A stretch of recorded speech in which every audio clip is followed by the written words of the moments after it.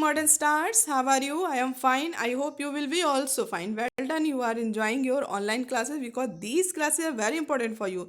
So, student, keep continuity and maintain consistency. Okay, well done. Last day I told you about Mughal dynasty.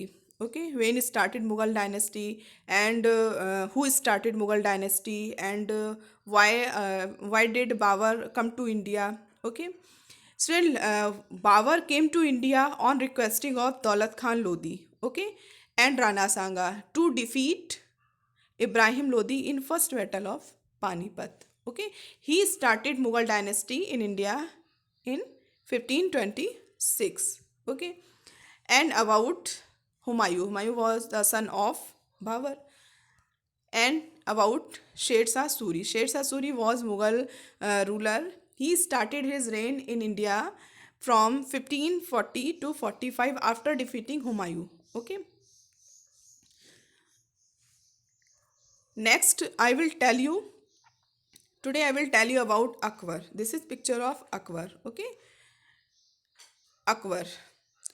Akbar was the son of Humayun. Humayun's here. Akbar was born in exile and was only 13 years old when his father died. यानी कि अकबर जो थे वो हुमायूं के वारिस थे. अकबर जो थे वो हुमायूं के बेटे थे और Akbar was born in exile यानी कि उनका जन्म जब हुआ था जब Humayun after defeated by Sher Shah Suri से हारने के बाद जो है वो ही search the place to live यानी कि रहने के लिए जो है वशेरे के लिए जगह ढूंढ रहे थे. उस टाइम पे अकबर का जन्म हुआ था. Akbar was born in Amarkot, the fort of Rana Virsal. ठीक है, जो एक किंग थे राणा वीरशाल, उनके महल में इनका जन्म हुआ था अमरकोट में. He was only 13 years old when his father died. जब वो सिर्फ 13 साल के थे तभी उनके पिता की मृत्यु हो गई थी, डेथ हो गई थी. Akbar's reign holds a certain prominence in history. यानी कि अकबर का शासन जो है is known as prominence in history यानी कि एक शोहरत के रूप में उसको याद किया जाता है, उसको जाना जाता है. He was the ruler who actually fortified the foundation of the Mughal empire. ठीक है, यानी कि Babur founded Mughal empire in India. But it was said he was the ruler who actually fortified the foundation of the Mughal empire. यानी कि Mughal empire को जो founded किया था एक्चुअली में वो बाबर ने उसको एक स्ट्रॉन्ग पोजीशन दी थी, उसको एक यहाँ पर फोर्टिफाइड किया था, उसको दृढ़ किया था, फिक्स्ड किया था. After a series of conquest यानी कि विजय की श्रृंखला के बाद ही manage to subdue most of India. यानी कि उन्होंने जो है भारत के बहुत सारे मोस्टली क्षेत्रों को वो क्षेत्र उनके अंडर में हो गए थे, वश में हो गए थे. He manage to subdue most of India. Okay, areas not under the empire, सिर्फ एरिया उनके अंडर में ही नहीं थे, वर डेजिग्नेटेड एज ट्रिब्यूटरीज. और एक ट्रिब्यूटरी यानी सहायक राज्य के रूप में उनके प्रति जो है डेडिकेटेड थे, इंडिकेटेड थे. Okay, he also adopted a conciliatory policy towards the Rajput. यानी कि अकबर ने जो है वो कंसिलेटरी पॉलिसी को अपनाया था किसके प्रति? राजपूत के, यानी tolerate policy. Okay, hence reducing any threat from them. यानी कि यहाँ पर इसी की वजह से टॉलरेट पॉलिसी की वजह से जो राजपूत और अकबर के बीच में जो भी मतभेद थे वो क्या हो गए थे? रिड्यूस. ओके, खत्म हो गए थे.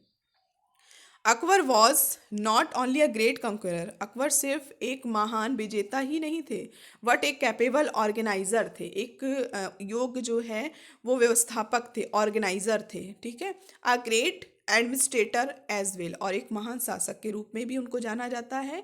ही was known as great administrator. Okay, he set up a host of institution that prove to be the. जो उन्होंने एक होस्ट ऑफ इंस्टीट्यूशन, एक उन्होंने जो संस्था या उसका निर्माण किया था, स्टेब्लिश किया था, वो क्या प्रूव हुआ? That prove to be the foundation of administrative system. यानी कि वो एक प्रशासन प्रणाली जो है वो उसकी नींव जो है स्थापित हुई थी, वो प्रूव हुई थी, सिद्ध हुई थी. That operated even in British in India. यानी कि जो foundation of N administrative system जो प्रूव्ड हुआ था वो वर्क किया, वो ऑपरेटिव किया, कब, कहाँ तक? ब्रिटिश इंडिया तक. Akbar's rule also stands out due to his liberal policy towards the non-Muslims okay, Akbar का जो शासन है वो स्टैंड आउट किया जाता है, जाना जाता है, उसको बताया जाता है। Why? Due to his liberal policies like tolerate policy, okay, towards the non Muslims and his religious innovations, यानी कि नवीनीकरण, कुछ नई चीज़ें जो है इन्वॉल्व करते थे वो अपनी धार्मिक अपने थॉट में, विचारों में। The land revenue system and his famous मान सफदारी सिस्टम, ठीक है। और उन्होंने और जो पॉलिसीज़ थी लैंड रेवेन्यू सिस्टम, ओके, यानी कि भू राजस्व प्रणाली जो थी है his famous mansabdari system. और what do you mean by mansabdari system? Mansabdari system was to determine the rank of a government official, यानी कि गवर्नमेंट ऑफिशियल को एक रैंक उन्होंने जो है प्रोवाइड की थी, एक उनको प्रदान की थी। Akbar's Mansabdari system became the basis of Mughal military organization and civil administration. Okay, यानी कि उनका जो मानसबदारी सिस्टम था वो किस बेस पे था? मिलिट्री बेसिस पे था और सिविल एडमिनिस्ट्रेशन बेसिस पे था। Okay, Akbar was called as a great Akbar. Okay, why? Why was Akbar called as a great?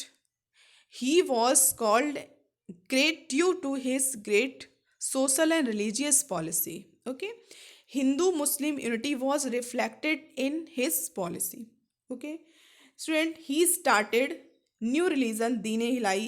Deen-e Ilahi means religion of God. Okay, he con- um, constructed Fatehpur Sikri. It means Fatehpur Sikri town was constructed by Akbar. Okay, so it was said that Akbar was illiterate. Okay, and the time period of literature. It means the time of Akbar was great time in literary field while he was illiteracy, but he liked always to live. He liked always to be in the company of intelligent person. He had 9 gems like Raja Veerwal, Mian Tansen, Abdul Fazal Faizi, Rana Man Singh, Raja Todarmal, Mulla Do Pyaja, Fakir Aziauddin and Abdul Rahim Khane Khana. ठीक है, ये 9 germs से 9 रत्न थे जो कि अकबर के दरबार में थे और उनके बीच में अकबर रहना पसंद करते थे। Akbar died in 1605, nearly 50 years after his ascension to the throne. It means उनके जो है जब उनका राइज ग्राउंड यानी कि अधिरोहण, यानी कि जब वो राज्य की अपने स्थापित कर चुके थे उसके बाद उन्होंने कम से कम जो है 50 ईयर्स तक शासन किया और 1605 में उनकी डेथ हो गई थी। ओके, यानी कि 1556 से लेकर के 1605 तक उनका शासन चला है। And was buried outside of Agra at Sikandra, और उनको कहाँ दफनाया गया है? सिकंदरा में। ठीक है, जो आगरा के आउटसाइड में प्लेस है सिकंदरा, वहाँ पर उनको दफनाया गया है। Okay, next about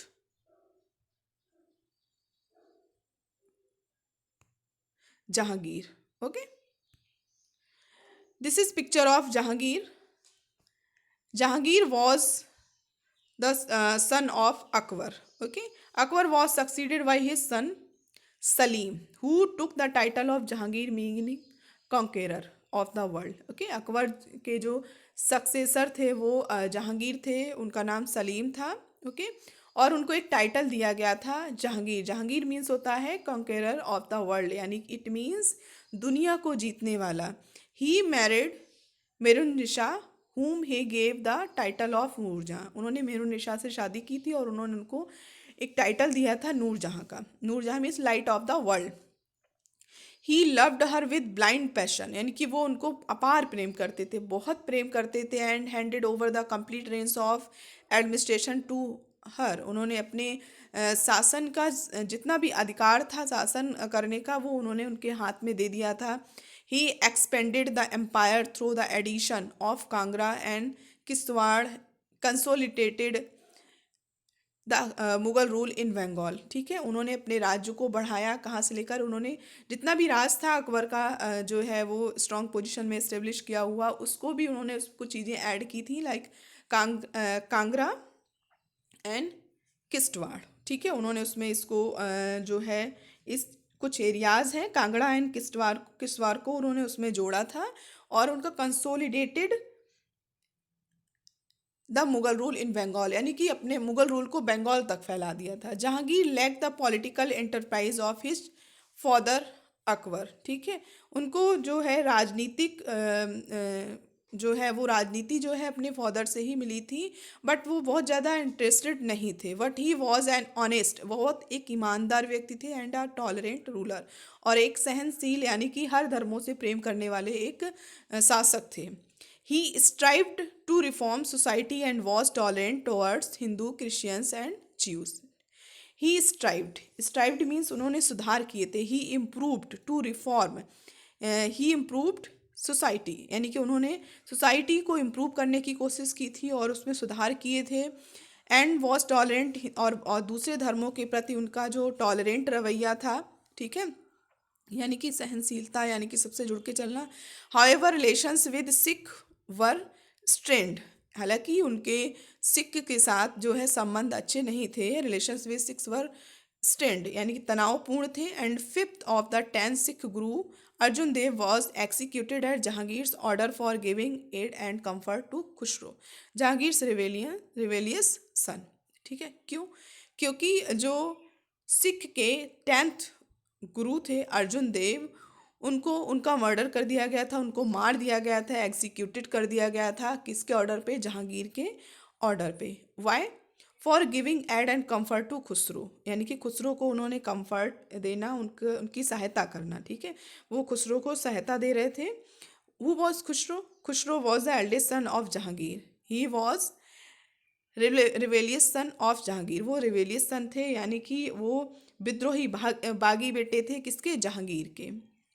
art, literature and architecture prospered under Jahangir's rule, and Mughal gardens in Srinagar remain an enduring testimony to his artistic taste. यानी कि आर्ट, लिटरेचर और आर्किटेक्चर में काफ़ी जो है इस टाइम पे जो है उन्नति हुई थी, इंक्रीजमेंट हुआ था.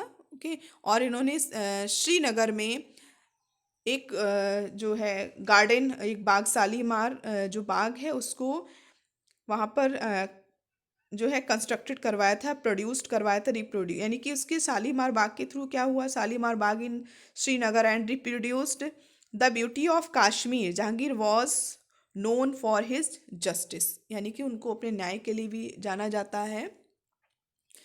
ही डाइड इन 1627, और जहांगीर की डेथ हो गई थी 1627 में. Okay student, very good.